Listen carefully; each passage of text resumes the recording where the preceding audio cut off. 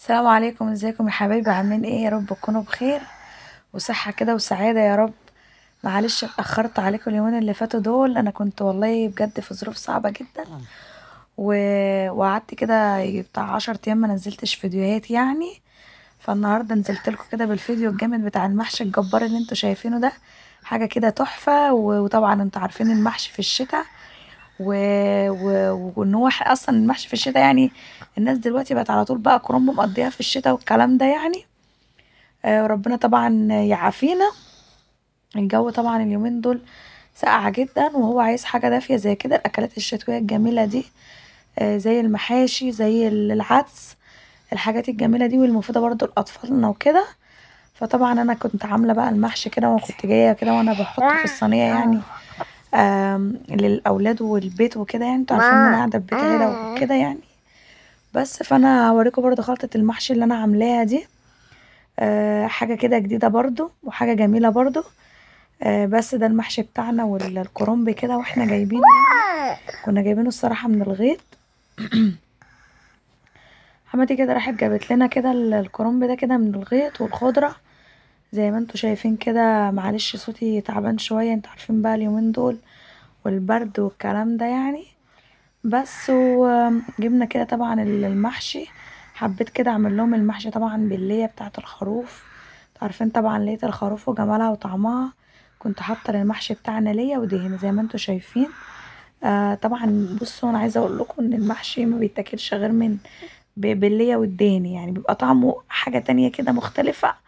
وفي حته تانية، فاي حد هيعيب بقى ويقول لك ايه دهن والحوارات دي، يبقى ما بيعرفش ياكل محشي اصلا يعني. انت عايزه تعملي محشي يكون حلو وكويس، اسمعي مني، لو عندك دهن ليا حطي له ده، بصي بقى هتاكلي احسن محشي يعني. حتى لو مش هتعملي جنبه لحمه او فراخ. بس طبعا احنا كنا عاملين جنبه فراخ وكنت وحطيت بقى نسبه، وحطيت طبعا زيت. حطيت برضو شويه زيت محترمين يعني.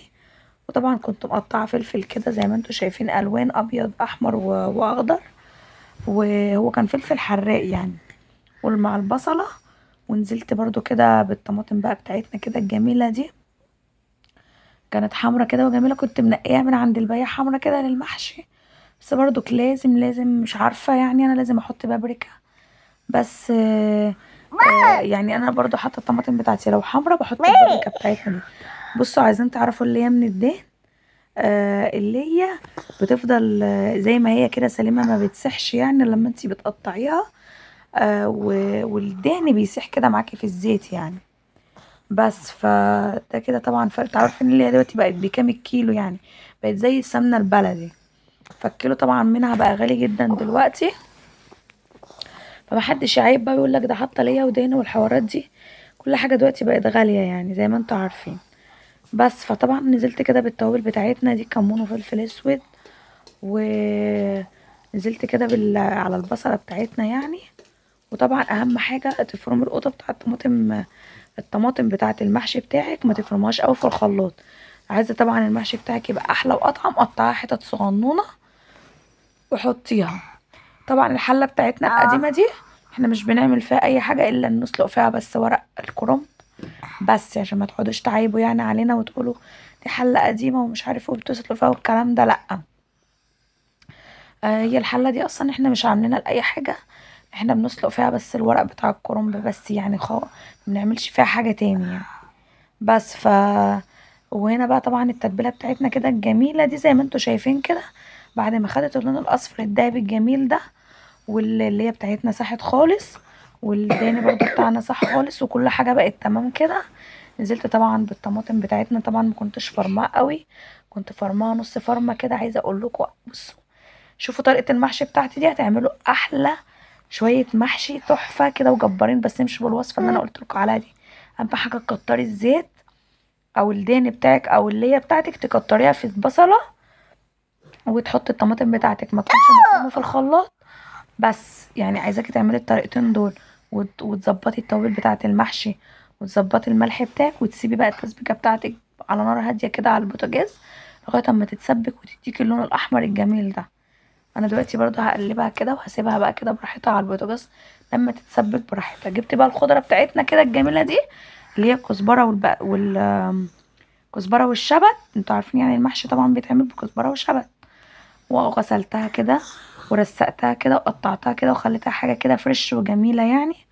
وطبعا ده بقى الكرنب بتاعنا كده بعد ما سلقته. انا حبيت كده اوريكم ورقه حلوه كده، اللي هو يعني ولا مسلوق قوي ولا اللي هو طالع ني يعني كده، بين البنين كده. تعرفي تلفي الصبع كده يبقى حاجه حلوه كده معاكي يعني. بس ده الورق بتاعنا كده بعد ما سلقته كان ما شاء الله كده جميل. طبعا اهم حاجه تحطي في الميه بتاعه السلق بتاعتك عشان طبعا ما تتنفخيش والكلام ده، شويه كمون وشويه ملح. حطي في الميه شويه ملح هيطعموا الكرنب معاكي. شويه الكمون مش هيخلوكي تتنفخي، ولو كلتي حتى العصيان بتاعه الكرنب كده وانت بتلفي عمرها ما هتتعبك خالص. بس فنزلنا كده طبعا الصلصه بتاعتنا اتسبكت كده بقى لونها احمر وجميل كده زي ما انتوا شايفين ما شاء الله عليها. كانت ريحتها تحفه وجباره والله بجد.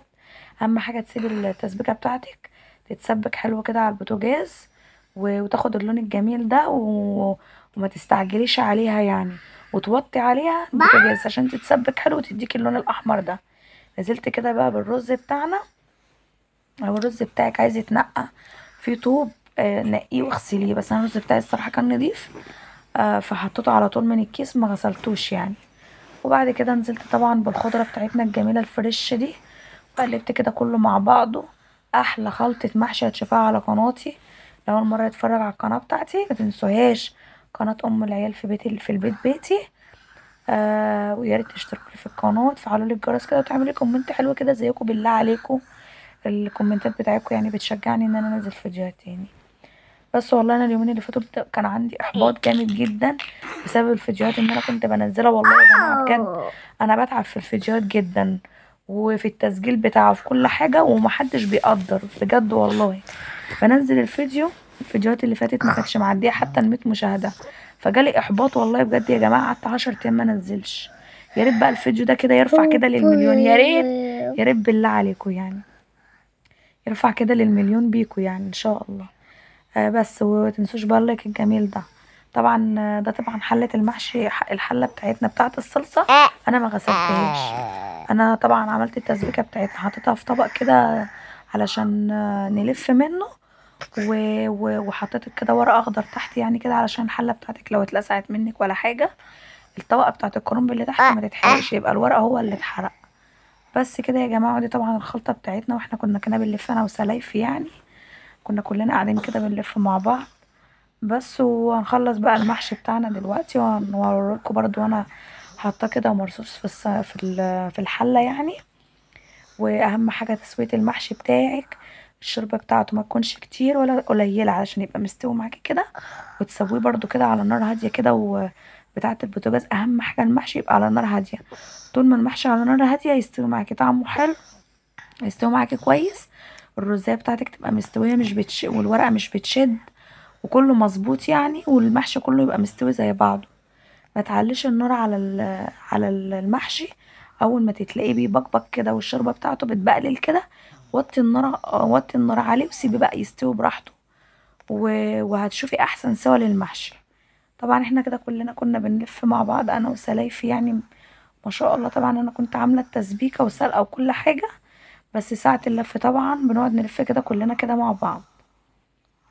بس وده طبعا المحشي بتاعنا كده بعد ما اتلف. ما شاء الله يعني الله اكبر اللهم صل على النبي. وهوريكم برضو الورق العنب بعد برضو ما لفيناه. طبعا احنا طبعا الورق العنب ده كنا مخزنينه في التلاجة. انتوا عارفين اليومين دول مفيش ورق عنب صابح، فاحنا كنا مخزنينه كده في التلاجة عندنا في الفريزر. في ناس بتخزنه في ازايز يعني في كذا طريقة لتخزين الورق العنب. بس ده احنا الصراحة كنا مخزنينه مسلوق وحاطينه كده عندنا في اكياس في التلاجة، فطلعنا منه كيسين وقلنا بقى نعمله جنب الكرنب عشان احنا عندنا في ناس ما بتاكلش الكرنب ما بتاكلش الا ورق العنب، فاحنا عاملينه للناس اللي ايه اللي هي ما بتاكلش الا الورق العنب يعني. ولفيناهم كده طبعا صباعين وحطينا كده شويه بصل كده فوق ورق العنب وليمونتين كده عشان طعمه يعني. وهنا طبعا البتنجان والفلفل كده في حله تاني وقرنين فلفل كده على الكرنب بيديلها طعم، ويا ريت يكون فلفل حراق زي ما انتوا شايفين كده. هنسقي بقى كده المحشي بتاعنا كده ونظبط له الشوربه بتاعتنا كده. وتظبطي الشوربه بتاعتك من الملح والكمون وكل حاجه. طبعا دي كانت شوربة لحمة زي ما انتوا شايفين. بس وظبطنا كده طبعا الشوربة بتاعتنا، وبعد كده سقينا بقى المحشي وحطيناه بقى كده يستوي كده على نار هادية. وطبعا هنا كنا عاملين قلقاس كده جنب المحشي، وانا حبيت برضه اوريهولكوا. كنت مقطعاه كده مكعبات، طبعا هو صعب جدا في تنظيفه وتقطيعه. كنت مقطعاه كده مكعبات وغسلاه كويس جدا ومنشفاه، ونزلت على الشوربه بتاعتنا كده بعد ما طلعت طبعا اللحمه منها. نزلت كده بالقلقاس بتاعنا في قلب الشوربه، وهرفعه طبعا على النار لغايه ما يستوي بقى، واعمل له الخلطه بتاعته الجميله اللي هي الكزبره بالثوم دي. بس بعد ما يستوي كده على النار، دي كده طبعا التومه بتاعت القلقاس والكزبره، طبعا انا كنت دقاها في الهون بعد ما قطعتها حتت صغيره، كنت دقاها في الهون. ودي كانت شويه زيت مع معلقه دهن يعني. بس فحطيت كده طبعا على النار الزيت، وبعد كده نزلت بالتومه بتاعتنا كده بعد ما اتحمرت بقى لونها دهبي وجميل كده. نزلت برضو بالخضره بتاعتنا، هفضل بقى اشوح الخضره مع التومه. مش عايزه اقول لكم يعني انا من عشاق القلقاس يعني. ودي طريقه اللي انا هوريها لكم، دي طريقه. وفي طريقه تاني برضو احلى واطعم، هبقى اعملها معاكم برضو قبل في فيديو تاني، وهنزلها لكم برضو وهوريكم برضو الطريقه التانية احسن من دي كمان. بس فانا قلبت كده طبعا القلقاس ال- التومه مع الكزبره كده، وهشوح الاتنين مع بعض كده لغايه اما يشخللوا معايا كده في الطبق. وبعد كده بقى هنزل بقى كده بالخلطه بتاعتنا الجميله دي. مش عايزه اقول لكم على ريحتها بجد، والله كانت تحفه يعني جميله جدا. التومه مع الكزبره كده على النار يعني، مش عايزه اقول لكم على الريحه. طبعا القلقاس بتاعنا بقى بعد كده ما استوى في الشوربه، نزلت كده بالخلطه بتاعتنا دي. هقلبه طبعا كده تقلبتين، واسيبه بقى كده يستوي كده براحته على البوتاجاز، وهطفي بقى عليه النار.